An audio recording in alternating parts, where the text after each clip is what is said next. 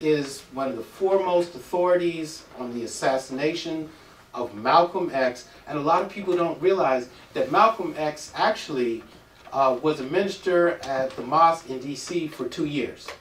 So Malcolm X has a connection to Washington, D.C., and on the tour they will go up to the mosque in Harlem where Malcolm X was the minister. They'll start at the mosque in Washington.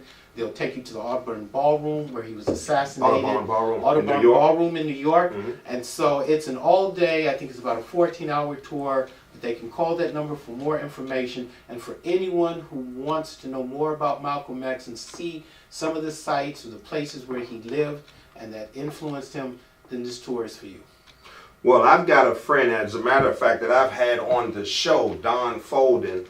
He actually runs a DC Black tour here in the city. Mm-hmm. And this guy is sold out for getting the word out about the history of our city. And he does a fantastic job. And I can give you, I was actually getting ready to look his information up, but I can give that to you as well. If you're interested in the DC Black Tours, my friend Don Folden, you guys may have seen him here on the show. His phone number is 202-340-2017. Give him a call and let him know that the show, In the End We Win, suggested that you give him a call, and he'll be glad to take you around here in the DC area and talk about, some of the stuff behind the scenes that people aren't very familiar with.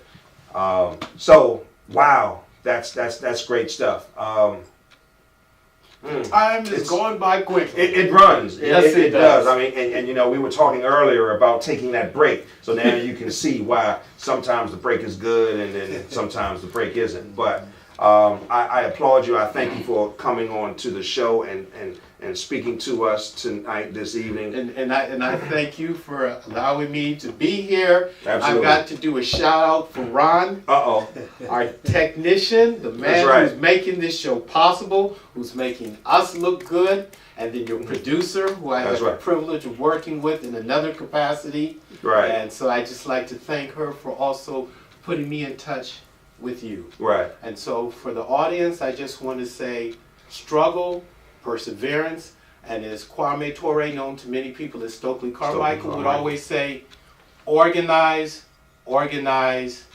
organize. The struggle for freedom, justice, and equality continues. It begins with you and me. Right. All right. So I appreciate it. We've still got a couple of minutes. I just want to. So, is there anything that you're doing? I know you have a lot of time spent with the Toastmasters.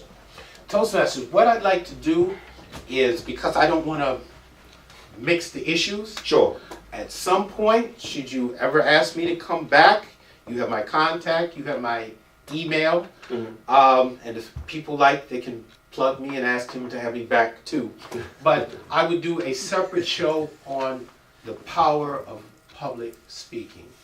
And that is something that in the future I will also be doing as a business enterprise, is in terms of professional speaking, coaching, and working with people on that. But that is a show for in and of itself. But I can tell people that the ability to communicate effectively, clearly, and concisely empowers you. And when you are empowered in one area of your life, you are empowered in others. And so it allows things like this show to go forward. You change the way you speak, the way you communicate, you change your world. Oh, wow.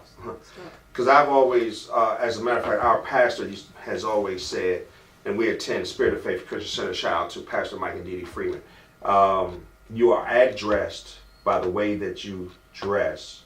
So then is your speech, obviously I assume then that the speech and your communication skills will kind of further the folks that you run into, and it'll force them then to just treat you and handle you a certain way. It also helps you to express yourself, the ideas, your thoughts, to communicate better with people. Sure. And I think that people don't quite understand just how powerful the spoken word is, and it's Proverbs 18:12 that says the power of life and death That's right. is in the tongue. It's in the tongue. That's right. The power of life and death is in the tongue. And exactly what that means and how that translates to public speaking, I'll leave a placeholder there. And at some point, you get someone to cancel out, you call me up on short notice, I'll be here, and we can pick it up from there. Gotcha. Okay, so we're going to wrap it up here, guys, but I've got a 2.5 minute video of this young lady from the March for Our Lives from this past weekend.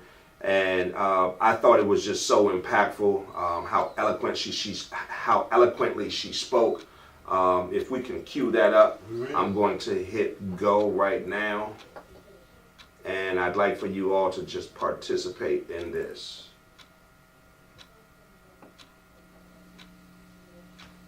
Is that on me?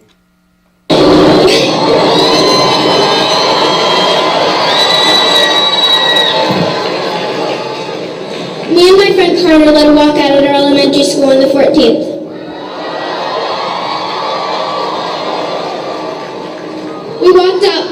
We walked out for 18 minutes, adding a minute to honor Cortland Arrington, an African-American girl who was the victim of gun violence in her school in Alabama after the Parkland shooting.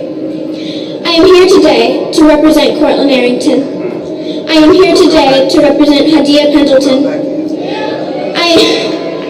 I am here today to represent Tiana Thompson, who at just 16 was shot dead in her home here in Washington, D.C. I am here today to acknowledge and represent the African-American girls whose stories don't make the front page of every national newspaper.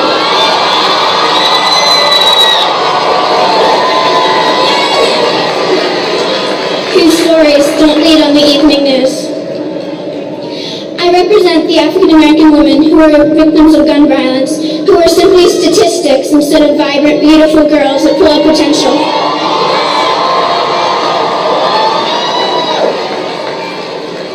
For far too long, these names, these black girls and women, have been just numbers. I'm here to say never again for those girls too.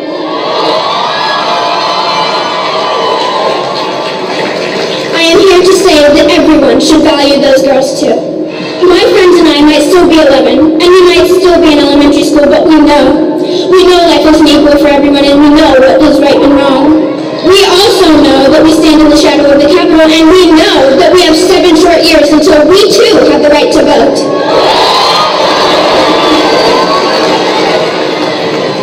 So I'm here today to honor the words of Toni Morrison. If there is a book that you want to read but it hasn't been written yet, you must be the one to write it. I urge everyone here and everyone who hears my voice to join me in telling the stories that aren't told. To honor the girls, the women of color who were murdered at disproportionate rates in this nation. I urge each of you to help me write the narrative for this world and understand so that these girls and women are never forgotten. Thank you.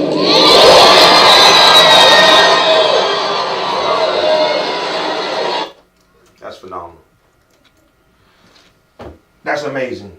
And there are individuals out there who say that these kids are being put up by politicians on the left or by I don't know, folks who just have the money to put them up, to put them out there. But the passion in her voice and how she articulated that, to me, isn't something that is taught to her in that short time span to put this event together. And I think that part is where these adults who are saying that are doing our youth a disservice. They're doing our youth a disservice. They're doing our country a disservice. I can't even believe we're having that discussion. I heard a young lady say last week as she was getting ready to go to the Georgia State House to ask them to pass laws restricting access to guns. She said, it's not complicated. Keep us alive. I think one of the rights that all students have, that all of us should have, is the right not to be killed.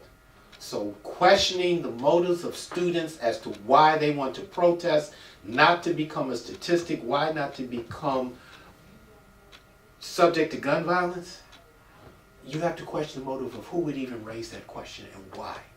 Who would question a young person saying, I want to live to be your age? Right. And I find it interesting. You mentioned something before we came onto the show, before we started the show, that if you as the government is forcing me to be in school, then why is it that you are not making it important to protect me while I'm there? That's right. And that's I don't know if people have heard it put that way or have thought about that, but that's an interesting perspective, and it makes sense. It absolutely makes sense. And these are tough times, man. These are tough times, but I think it was Reverend Schuler used to say, tough times don't last, but tough people do. So the bottom line is we persevere, we work together, we help each other out. Martin Luther King said life's most urgent and persistent question is, what are you doing for others? So with this show, you're sharing knowledge, you're helping us learn, you're giving us some information that in the end we will what? Win. We will win. And you too. So we're going to wrap it up right there. We're going to leave it right there. Thank you guys for tuning in. We didn't get any calls. However, it's all good. Hopefully you guys were all just taking notes and just listening and whatever. I applaud you guys just for tuning in. Thank you for making this show a success. And if you stayed awake, thank you. I appreciate that too. And if you fell asleep, I hope you didn't snore.